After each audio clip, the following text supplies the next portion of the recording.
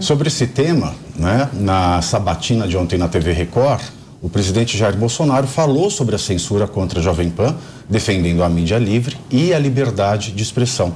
Vamos conferir. E eu sempre falei que a liberdade é algo mais importante que a própria vida. Porque um homem, uma mulher sem liberdade não tem vida. Agora vimos, então, uma ação do PT, provocada pelo Partido dos Trabalhadores, o partido do presidente Lula, buscando e atingir o alvo, censurando a Jovem Pan. A mídia como um todo tem reagido contrário a isso. Ainda dá tempo. Não podemos permitir que a censura avance no Brasil. É péssimo para todos nós. Sempre tenho dito, a imprensa, mesmo errando como erra, é melhor funcionando do que fechada. E tenho dito que o meu controle sobre a mídia é a liberdade total de expressão. Mídia livre, mídia produzindo matérias. E, se essas matérias não forem boas, não forem realmente úteis, o próprio povo acaba deixando de lado aquele órgão de imprensa. Liberdade acima de tudo.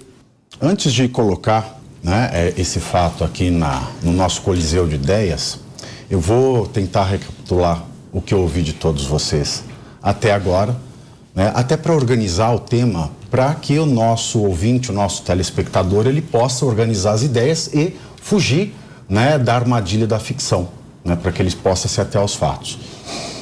Bom, a lei de imprensa de 67, que foi a lei mais criticada pela imprensa no governo militar, ela foi declarada como não recepcionada pela Constituição in totum, totalmente, em 2018 2019 pelo STF, né, cuja composição ela foi declarada em 2009, né, 13 anos atrás. Sim. Em 2009 já tínhamos lá o Fachin, já tínhamos lá a Carmen Lúcia, né, eles já eram ministros da corte. Não parece, do jeito que foi feito, que isso foi feito para dar uma certa liberdade de crítica num momento em que o governo não os desagradava, não desagradava ninguém do país, e agora parece ela ter sido retomada, porque a resolução do TSE, ela retoma os pontos daquela lei, das medidas que o Médici colocou naquela lei, que era, de fato, fazer a censura prévia de tudo que atentava contra a moral e os bons costumes. Então, ele retoma. Agora, você não consegue ressuscitar uma lei com outra. Não existe, é o efeito repristinatório, né, que a gente fala no juridiquês. E tem mais uma coisa. O TSE, ele não só ressuscitou uma lei que o STF matou, falou porque essa lei não tem cabimento com a Constituição. Não se pode fazer nada prévio. Eu não posso ter um comitê que diga o que pode e o que não pode. Essa lei não dá. Agora o TSE vem, ressuscita a lei por meio de resolução, que já é muito bizarro. Vai para um ministro do STF que já estava lá no julgamento, que fez cair a lei de imprensa. Ele nega. E o que é pior, eu penso até que poderia-se fazer um processo mais ágil no TSE, mas desde que respeitado o devido processo legal. Acusação, defesa, prova e sentença. Né? Porque o TSE já é o órgão máximo da Justiça Eleitoral. Não tem morosidade, não tem muito recurso. Diminua-se os prazos. Exatamente, né? diminui-se os prazos. Além disso, fere a lei eleitoral brasileira, como o professor Capês, ele bem trouxe esse debate aqui. Esse episódio do Roberto Jefferson fez todo mundo confundir muita coisa, como bem lembrado da Bárbara Gância aqui pelo Tomé Abduch. A Bárbara Gância chamou a filha do presidente da mesma coisa que o Roberto Jefferson chamou a Carmen Lúcia.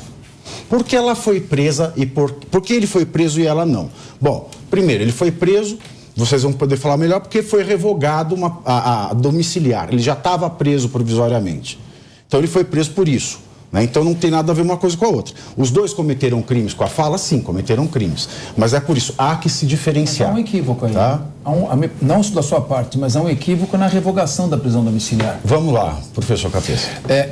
quando a denúncia oferecida contra o Roberto Jefferson, em junho desse ano, ela foi recebida pelo Supremo Tribunal Federal, naquele processo, aquela denúncia, após ser recebida, o Supremo Tribunal Federal declinou da sua competência e encaminhou à seção judiciária do Distrito Federal. Então, cabe ao juiz de primeiro grau da seção judiciária do Distrito Federal promover a revogação da prisão temporária. Porque Roberto Jefferson não tem prerrogativa de foro. Ele não exerce nenhum cargo que o coloque na competência originária do Tribunal Superior Eleitoral, no âmbito eleitoral, que me corrija aqui o Missoli, nem no Supremo Tribunal Federal. Então, a prisão, ela incorre, em primeiro lugar, a revogação da domiciliar, ela incorreu num vício de competência. Claro, em razão de ele ter o comportamento posterior, primeiro, tendo armas de uso proibido, e em segundo lugar, por ter disparado contra policiais federais. Por si só, justifica-se a prisão por um segundo motivo. O primeiro motivo deveria ter sido colocado, ali é prisão em flagrante.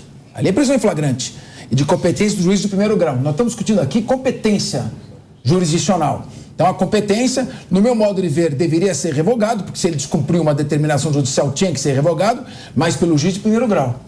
E mais, o crime contra a honra de ministro do Supremo Tribunal Federal ou de servidor público é um crime de injúria, né, condicionado à representação do ofendido. Não é um crime que possibilita o Poder Judiciário agir ex officio. É ação penal privada. Se é contra a honra do Presidente da República, depende de requisição do Ministro da Justiça. Se é contra servidor público sem distinção de grau e hierarquia, depende de solicitação, de representação, de autorização da parte ofendida. Então, tem aspectos processuais aqui que precisam ser discutidos e nós temos que separar essa figura bizonha do Roberto Jefferson dessa discussão. Nós estamos discutindo aqui questão de competência, questão de iniciativa de processo, questão de crimes. A injúria, por exemplo, não admite decretação de prisão preventiva, porque só cabe para pena máxima superior a 4 anos. Então é necessário pontuar essa questão. Não podemos confundir as coisas. Tem uma pessoa, que o Roberto já fez uma cafajestada sem limites contra uma ministra que merece todos os nossos elogios e respeito, dos melhores ministros do Supremo Tribunal Federal, uma mulher vencedora, Carmen Lúcia, merece nossos aplausos. É uma cafajestada sem limite essa frase, mas nós estamos discutindo aqui questão jurídica, não o fato em si, nem essa figura que não merece nem ter o nome lembrado. Capês, eu concordei em partes com você. Ela merece os nossos aplausos, né? Entre aspas, assim. É óbvio que a gente não pode de maneira nenhuma ofender uma mulher e nenhuma pessoa. Então, quando se fala, né, palavras como bruxa de Blair, Carmen Lúcifer, prostituta e outros nomes, óbvio que a gente repudia. Agora, a decisão da Carmen Lúcia em relação à censura, onde ela diz de maneira clara que não há censura, não pode haver censura no Brasil, mas é uma coisa que deixa todo mundo muito desconfortável. Mas não tem que criticar. Todo mundo muito desconfortável. Sim, então que se critique a decisão. A decisão. Não ofenda essa pessoa que aprovou. Tudo isso é que você está elogiando ela de uma maneira eu conheço a Carmen Lúcia.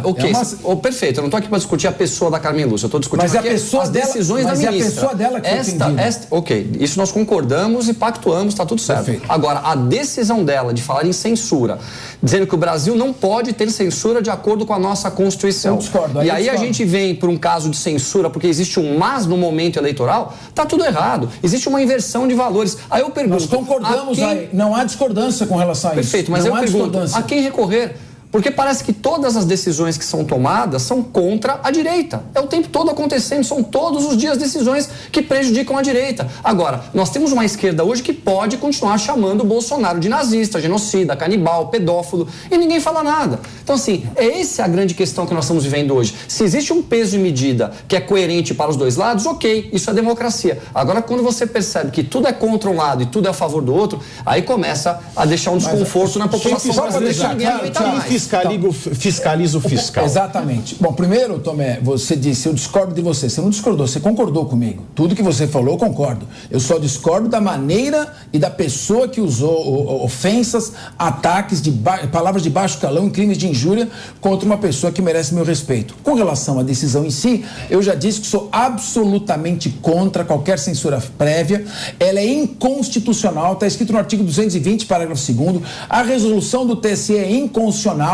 E você tem que recorrer ao Supremo Tribunal Federal. E se a inconstitucionalidade é flagrante, patente, indiscutível, é caso de liminar. Se você denega liminar, você sabe que praticamente você indeferiu a ação declaratória de inconstitucionalidade, porque ela vai ser julgada após a eleição, quando a resolução já produziu seus efeitos. Vamos lá, Bissoli, é isso aí que eu ia te perguntar agora. Justamente esse ponto, em que pese a provocação da Procuradoria-Geral no STF a respeito do assunto, eliminar o ministro Fachin, isso não é assunto para ser apreciado em liminar. A responsabilidade do ministro e do próprio tribunal enquanto instituição tem que convocar uma sessão plenária urgente, presencial, com todos os ministros ali presentes e fazer a discussão de forma ampla. Não existe possibilidade de julgar no pleno um assunto como esse depois do resultado do segundo turno das eleições. É responsabilidade do STF e se furtar de puxar essa discussão no plenário para que todos os 11 ministros com seus argumentos tragam e formem a maioria a respeito do assunto, é possibilitar que tal resolução e tal decisão liminar influenciem no resultado do pleito e o STF pagará caro pela história com a sua omissão em relação a esse caso. O ministro Fachin, então, deveria ter convocado uma sessão plenária para apreciar a liminar e não indeferir liminarmente. Deveria ter se furtado de dar a liminar e convocado, conversa com a presidente, liga para a presidente Rosa Weber, fala: presidente, como seu primeiro ato de grandeza enquanto presidente da Suprema Corte, convoque uma sessão de urgência. Vamos mostrar para a nação a visão dos 11 ministros a respeito do assunto. O Procurador-Geral da República pode agravar e jogar isso para o pleno. Pode, mas cabe à presidência marcar a pauta. Exatamente. Quando essa pauta vai ser convocada? Depois da eleição. Turno? Aí, se depois da eleição, se chegar à conclusão de que isso é inconstitucional e alguém ganhar... O efeito é ex nunc, ou seja, Exato. não retroage, portanto não tem nenhum efeito. Ou seja, nós temos um país de joelhos às decisões dos ministros do Supremo Tribunal Federal. É isso. Deise, você acha que está rolando lá nos nossos tribunais superiores o espírito do Eurico Miranda? Vamos ganhar no tapetão? Como eu falei na fala anterior, eu acho que tem muita coisa errada, muita coisa que precisa ser revista. A gente tem falado muito entre os jornalistas e aqui na Jovem Pan também da possibilidade de um terceiro turno depois que essas eleições terminarem. Eu acredito que é isso que a gente vai ver. Então, qualquer fraqueza na demonstração de poder agora, principalmente das instituições, vai agravar esse terceiro turno, né? Eu acho que o que a gente vai ver em 2023 ainda é um reflexo de um 2022 muito conturbado. E a gente só tende a lamentar, assim, eu reitero o meu ponto. Eu acredito que a discussão ela é muito maior, ela tem que voltar um pouco para trás. A gente tem que delimitar o que são essas fake news, porque isso está atrasando o país e atrasando as discussões dia após dia e a gente não entra nesse debate como tem que entrar.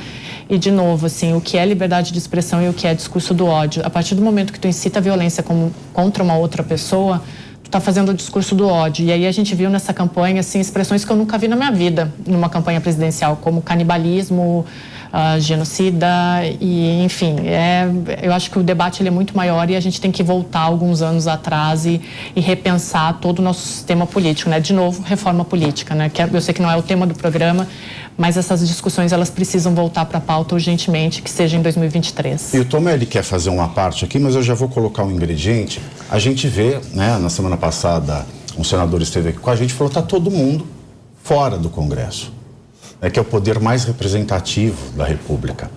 Então, o Poder Judiciário parece estar dominando Brasília e os nossos homens no Congresso, nada. Mas vamos lá, Tomé, você faz a sua colocação e já comenta isso. O que você espera do Congresso? Para você poder me ajudar aqui.